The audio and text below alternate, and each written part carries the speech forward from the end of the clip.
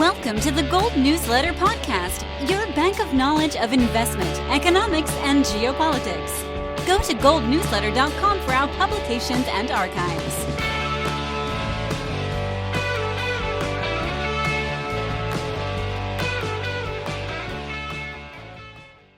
This is the Gold Newsletter Podcast. Fergus Hodgson, your host. Thanks for tuning in. I've got Brian London with me, based in New Orleans, and we have Doug Casey, a repeat guest, one of our favorites, and I'm sure well known to listeners. Doug Casey, the namesake or the founder of Casey Research, and many times author, most known for crisis investing, strategic investing, and then he's also written to fiction novels in recent times, Speculator and Drug Lord. Doug, welcome back to the show. Thanks, Fergus. It's a pleasure. We were chatting plenty beforehand, Brian and I, about how we were pleased to speak with you, and Brian had a pertinent topic to introduce. Yeah, Doug, just to kind of lead things off, and this is one of the things I've been telling people for a while, really over the last few years, that, I've been involved in this hard money sector for nearly 3.5 decades now, you much longer than that. But I've seen lots of people come up, really smart people, come up onto the stage at the New Orleans conference and other forums and predict that the debt bomb is going to blow up, the end of the dollar, et cetera, et cetera. And it's never happened. And so I kind of approached the issue with a lot of cynicism after all those years, all those repetitions of the same predictions. But now I find myself over the last couple of years really believing that this is it, that it's a mathematical certainty. And looking at it objectively, I don't know whether all of a sudden I've grown into becoming a curmudgeon as well, or whether this time really is different. So I'd like to get your view on that. Is this time really different? What would make this different than the past when all these other predictions were always flying around, but nothing ever really happened?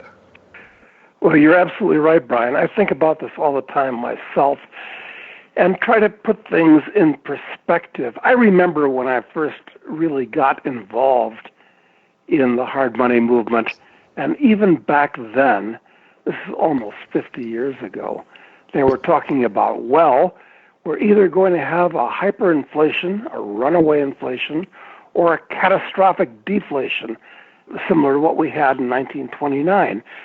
And as it's turned out, over a number of cycles, over almost the last 50 years since the dollar was cut loose from gold by Nixon in 1971, we've had neither a hyperinflation or a catastrophic deflation.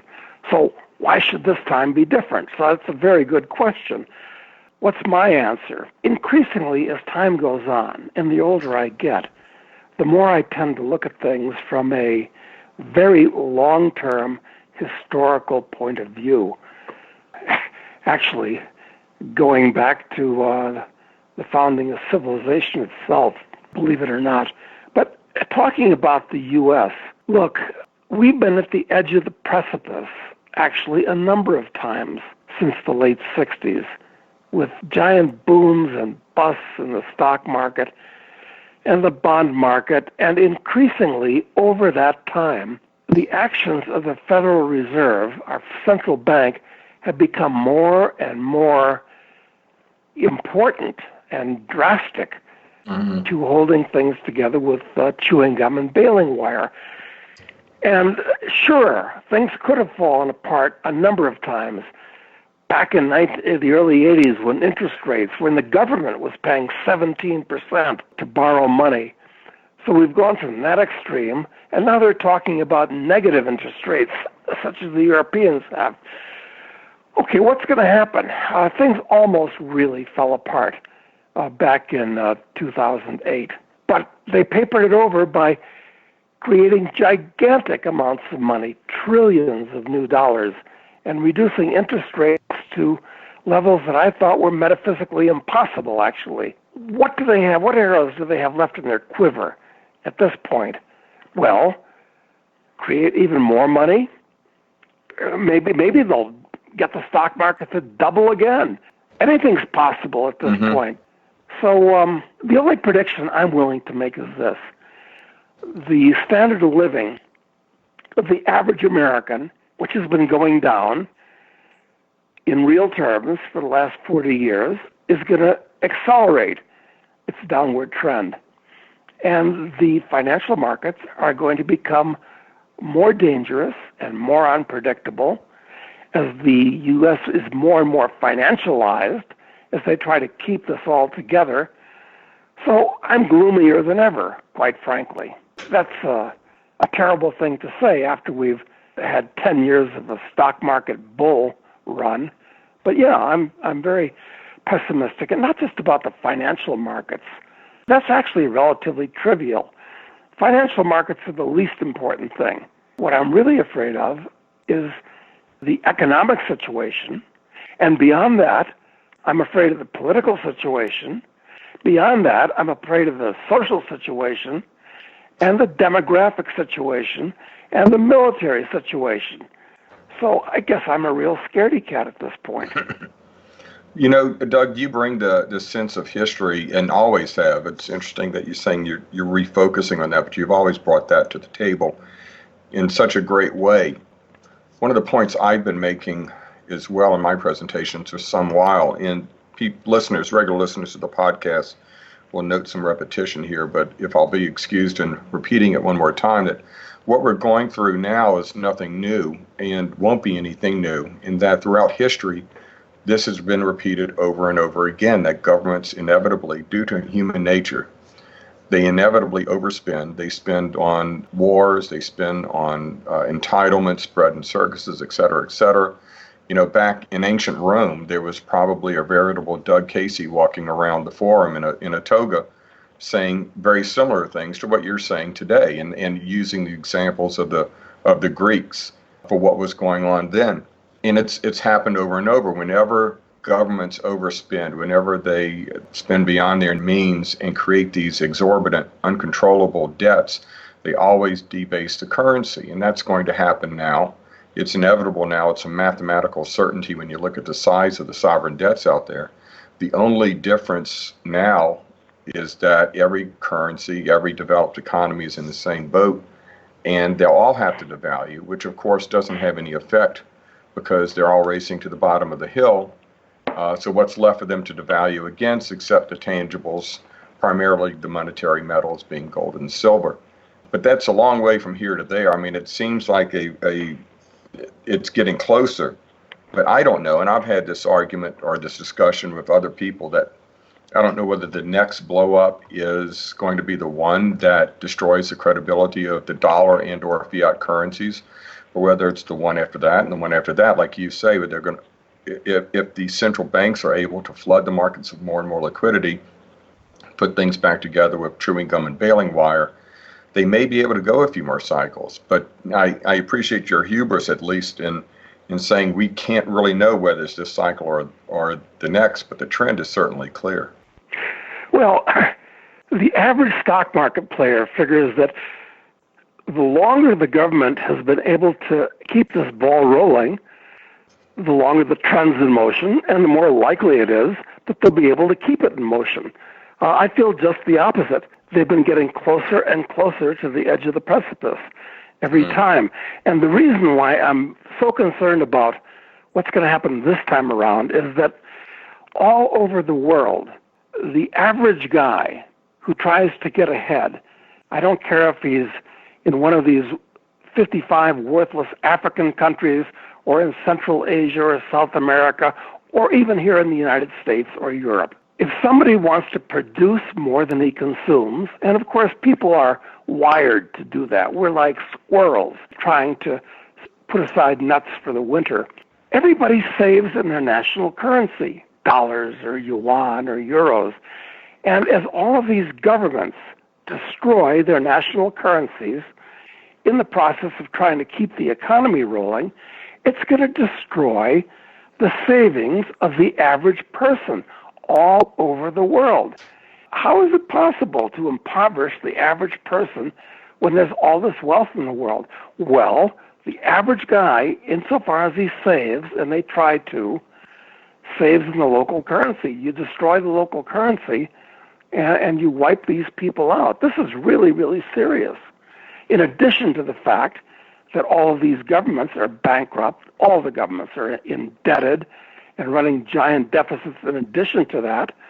So even while the average person is going to be destroyed through currency debasement, these governments are going to be seeking more and more tax revenue at the same time. So despite the fact that the world is full of high-rise buildings and marvelous technology and so forth, we can still experience a catastrophic depression, and I call it the Greater Depression. And I'll say that it started in 2007. It's like a giant hurricane. We went through the leading edge of the storm in 7, 8, and 9. We've been in the eye of the storm since then. Huge storm, huge eye. But now, even as we speak, and I've been premature before, I recognize that, I think we're going into the trailing edge. And it's going to be different and longer lasting and much worse than what we experienced in 2008. Explore, discover, develop. The Gold Newsletter podcast is proudly sponsored by the Discovery Group, an alliance of public companies focused on the advancement of mineral exploration projects with a proven track record of generating exceptional shareholder value through responsible, sustainable, and innovative development. To learn more about our exceptional track record and exciting future, visit discoverygroup.ca. Doug, you bring up something, just thinking about what you're saying, that the trend has been clear for some time, and we're getting closer and closer to the edge. Is it possible that this is kind of an asymptotic type of progression where we just get closer and closer, but we never quite get to any kind of a catastrophic collapse or some kind of explosive event that the central banks, by being able to reliquefy and flood the markets with more currency or easier money at every event, is able to put this off indefinitely? That's a reasonable thing to say, Brian, but I think we're very much in the situation of a person that jumps off the top of the Empire State Building. He passes the fifth floor just on the way down, 5 floors above the ground, and he says, so far, so good. And that's the situation we're in right now. Yeah, I love that analogy. I use that a lot for the modern monetary theorists who say the U.S., because it prints its own currency, can just print currency, print, and spin all at once, with the only limiting factor, of course, being inflation. And it's like, duh, of course. It's like jumping out of a window, feels just, it's euphoric until you hit the ground. Look at where we are here. Getting away from the financial part or even the economic part, let's talk about the political part, because increasingly governments have a larger and larger role in the world economy and so forth. Look who's running the U.S. The Democratic Party has gone all out bonkers. Look at these 20 morons that are running to be the Democratic candidate. And actually the thought leader of the Democratic Party is a 29-year-old Puerto Rican waitress. So that's the Democratic side. And then you look at the Republican side. I understand people support Trump. He's an economic moron. His trade policy, his monetary views are actually as bad as the worst of the Democrats. He wants to print money up. He wants to lower interest rates into negative levels. He wants to borrow more money, thinking in other words, his economic policy from that point of view is about the same as AOC's.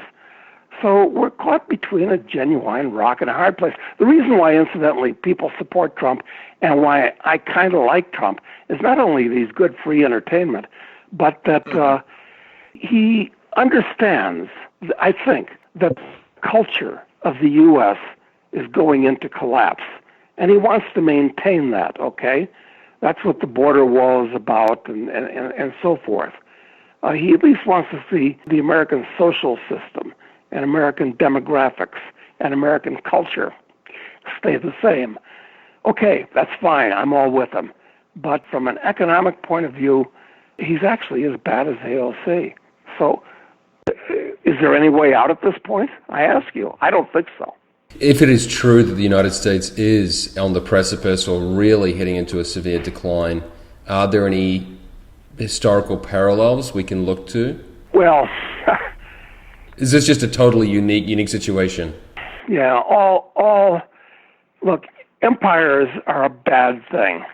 No matter where in history you look at empires, they all end badly. And the U.S. has turned into an empire as well. And it's very comparable to the Roman Empire, which is actually the most comparable previous thing. Even though, yes, okay, it was 2,000 years ago. But look at it this way. Even 2,000 years ago is only the overlapping lifetimes of 20 very long-lived men. And when you look at it that way, it really wasn't that far before us. And there are a lot of similarities. Total destruction of their currency, the growth of the government, taxes going through the moon, barbarian invasions, which we're experiencing, not only here in North America, but in Europe besides. So I think it's actually quite comparable. And the concentration of power in the capital city and in the hands of just a few men. Yeah, I think it's quite comparable and quite disturbing. And I got to say, a population collapse too, because interestingly, all over the developed world, the population is falling. Italy, by the end of the century, will be half the size it is. Japan, half the size that it is. The only part of the world that's growing still is the most primitive part of the world. By the end of this century, they estimate, and I can give you reasons why this may not happen, 45% of all the people in the world will be from sub-Saharan Africa. That's going to mean a gigantic change in the nature of civilization itself. This is something big we're facing. Doug, having heard enough of your presentations and speeches, I know that this is the point where you say, but don't get me wrong, I'm an optimist. That's right. You're right, Brian. And it's almost always, this is your segue to technology, which is one of the things that, interest that we share, that we have in common. What's your views on that? And I guess you're looking eventually at the singularity being the way out of this, unless the robot overlords kill us beforehand. Yeah, that's basically what it boils down to. And my argument is that Moore's law is actually quite correct, even though Gordon Moore only formulated it in the 60s. It basically states that he was talking about computing power, but there's much more to it than that. That, let's say, every 2 years, computing power doubles, roughly. So it actually started long before the 60s. It actually started in the early Paleolithic, but where a new piece of technology was only developed, let's say, every 10,000 years. And then after a while, every 5 and every 1,000 years. And when we got to the Neolithic, which is to say when agriculture became the main thing about 10,000 years ago, after the end of the last ice age, things moved faster and faster and faster. And then with the Industrial Revolution, it wasn't a matter of a new development every 1,000 years or every 100 years. It was every day. And now there are breakthroughs every hour. But it's not just with computing. It's with biotech and now nanotech, space technology, and artificial intelligence. And these things are all kind of coming together to what Ray Kurzweil calls the singularity. And looking at the exponential growth of these things, and remember, there are more scientists and engineers alive today now than have lived in all the world's previous history put together. Sure, I think that technology really could change the nature of life itself unrecognizably over the next 20 years. And that would include life extension. So with a little bit of luck, or maybe a lot of luck, but maybe just a little bit of luck, we can be having a conversation like this 50 years from now.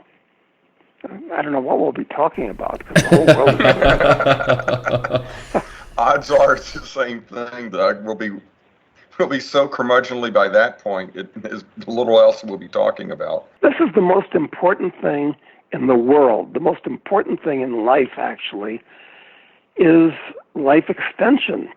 Because, I don't know, it depends on your religious beliefs, I suppose. I'm a little bit light in that area. When you die, for all we know, that's the end of the story. So the idea is to stay alive as long as you can until science makes it possible not just to replace a bad knee or replace a bad tooth or even replace a bad heart, which they can do today, but to replace a bad body. And we're on the edge of that. So hang on another 20 years, and you may be able to live as long as you'd like, and that'll be very interesting. That's the big picture. It seems even more important in light of that other trend you just mentioned that very few people appreciate. You know, there are still a lot of Malthusians out there who talk about the overpopulation problem and how we need to restrict, have compulsory birth control, etc. But there's a great book that came out earlier this year or late last year called Empty Planet that shows the statistics for the UN primarily for fertility across the globe in developed economies, developed cultures are off by, I don't know the exact number, but let's say a couple of decimal places, which is absolutely critical and flips the entire script just by that small amount, because what it leads to is that global population within about 30 years will actually begin to decline, with the one exception, as you mentioned, being Africa, where birth rates will continue to rise.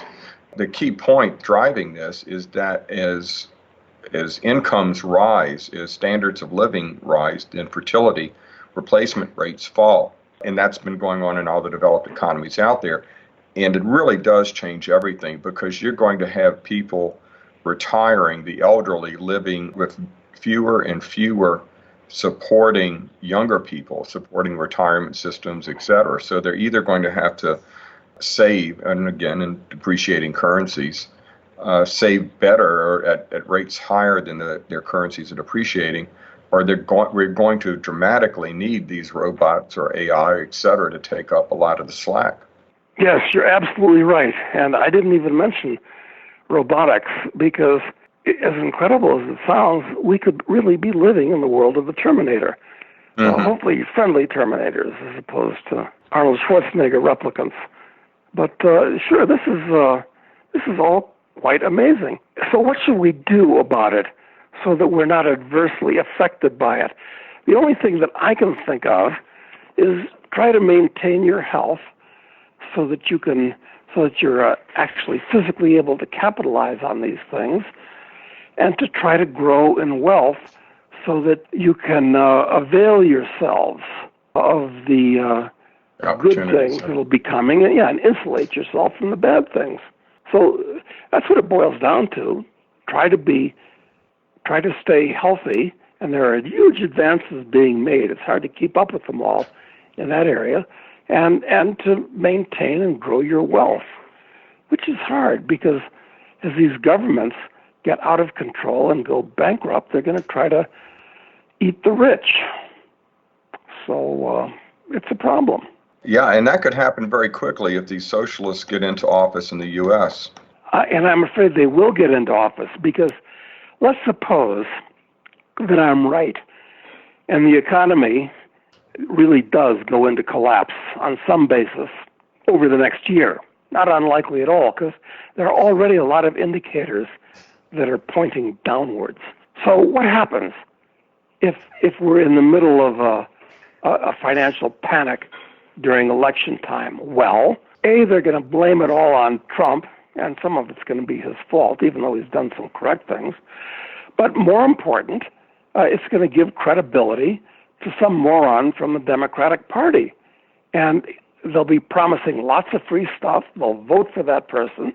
And at that point, that person's going to try to be the new Roosevelt to solve the Depression. Mm-hmm. And they're going to make it worse. So I'm very gloomy about what's going to happen in the 2020 election. And even if Trump wins, not that that's going to be the best thing in the world, I just don't see any way out of this. What am I missing? As you mentioned at the outset of the show, the magnitudes of indebtedness, we are in uncharted territory. So I don't think you're missing anything. And even if Trump, as you said, is economically, we put gentler words, but economically limited in his understanding, even if he were sharper, he would have a hard time working against, let's say, the Congress or the Supreme Court or any other barrier to him making reforms. Doug, what I was just thinking about, I mentioned 4 of your books. For people, and I'm not sure, we did discuss your fiction writing in a previous episode, but which of your books are still, aside from the fiction, which are all recently out, so worth reading, which of your non-fiction books do you think are worthwhile for the aspirant investor of this era? I'd get a hold of Crisis Investing for the Rest of the 90s. That really does lay out all of the basics. I'm very happy with that book still. I may revise and update it because, of course, my first book was The International Man, a guidebook to making the most of your personal freedom and financial opportunity around the world. I have a website called internationalman.com, which continually updates the world situation, which incidentally is not good. Every country in the world is heading in the same direction as the U.S. is right now. And you might ask, well, why is that? The reason is that every one of them has a legislature, or parliament, a Congress, whatever. And they all pass laws every day. That's what they think they're supposed to do. And they don't repeal old laws. The new laws go on top of the old laws. Mm-hmm. So the world is constantly more regulated every single day. And to pay for the regulations, the taxes go up. Taxes aren't going down anywhere. Taxes are going up everywhere. So the worldwide trend is not good. That said, it's more important than ever to be diversified politically, internationally, geographically. So I suggest listeners go to internationalman.com. Yeah, so your book, which I've not read, Crisis Investing for the Rest of the 1990s, and then International Man, but I know you have a third in your series coming out. Assassin is the next one, as far as I know. What's any thoughts on when that might be out? Oh, it'll be out by the end of the year with any kind of luck. And I think you can see a progression here. What I'm trying to do is reform highly politically incorrect occupations. Speculator is mildly politically incorrect. Drug lord, a little bit more politically incorrect, I think you'll agree. Assassin, much more. We talk about the morality of assassinating high government officials, and I have a lot of revisionist history, starting with the assassination of Julius Caesar, as to good or bad when you kill a high government official. Abraham Lincoln, good or bad? JFK, Franz Joseph of Austria, and of course the techniques of doing so in today's world. Not that I advocate these kind of things, although there's a lot you can say in fiction that you dare not say in nonfiction. But our friend Charles Knight, who's the hero of these novels, in the next book, which will come out next year, hopefully I'll get back on schedule, he's accused of being a terrorist. And how can you have a good terrorist? How is that possible? Well, it is. And then he becomes a warlord, which is even worse than a terrorist, they say. And after that, he becomes the Antichrist. But it turns out the Antichrist is a good guy. I mean, so these things get more and more radical as time goes on. And it doesn't end with Antichrist either. Oh, wow. So okay. I'll leave you hanging there. What could be worse than the Antichrist? Well, but the Antichrist is a good guy. So anyway, I guess that's really what I'm doing at this point, in addition to the internationalman.com blog. That's a fairly full plate. You have us on the edge of our seats as always. I'm really looking forward to catching up with you in New Orleans this year. I don't know what I should talk about in New Orleans. I'd say a further installment in the ongoing collapse of Western civilization might be entertaining. Well, I never try to hold you back or censor you or lead you in any direction. I think you do fine on your own choosing those topics. I hope that you can get me on stage with some horrible, corrupt government official. I mean, just to be balanced, you have one or two of them every year. Who's going to be your centerpiece this year to draw in the hoi polloi? Well, a couple we have Steve Moore, who has the distinction and probably honor of being shouted down as a Fed nominee by Trump. So you're going to be on a panel with him. You're also going to be on a panel with Kevin D. Williamson, who is a pretty radical commentator or columnist. You'll have some disagreement with him on some issues, but he also has the honor of being hired by, was it the Atlantic or the New Yorker? Well, he got hired by the Atlantic and then kicked out within a couple of days. Yeah. Yeah, the Atlantic, and the hue and cry was so great that this conservative/libertarian columnist was being hired by the Atlantic, and so they shouted him out of that position as well after they dug up some columns and tweets, etc. It sounds like he can't be too bad if he was fired from those two publications. But I was hoping that you'd dig up a real criminal. I mean, there's so many of them in Washington. That it's easy to say from your standpoint, Doug, but from my standpoint, I have to pay these punching bags a lot of money to come up there and get on a panel with you, and that really does give you a moral dilemma that you have to pay these horrible people a lot of money. Yeah, and they typically, one of them was a professor at Tulane who had in recent years had a show on CNBC, and she wanted $30,000 to take an Uber across town to be on a panel for 45 minutes. And I immediately thought, well, how is this socialist such a good capitalist? Then I realized, no, she's a lousy capitalist because she got nothing. Amazing. She didn't negotiate the price. Yeah. Yeah. Well, good. I'm glad she got nothing. So we got to look at the bright side. But maybe you can get one of these Democratic candidates who are looking for free publicity. How about that? That's an idea. Right. Yeah, they got name recognition. Everybody liked to hear from. Pocahontas would be the best. Yeah. The added advantage that they're free and worth every penny. Right. No, well, I think that's a worthwhile suggestion that we've come up with. We better leave it there. People do come to the New Orleans Investment Conference this November, so very soon. That's neworleansconference.com. Otherwise, thanks again, Doug.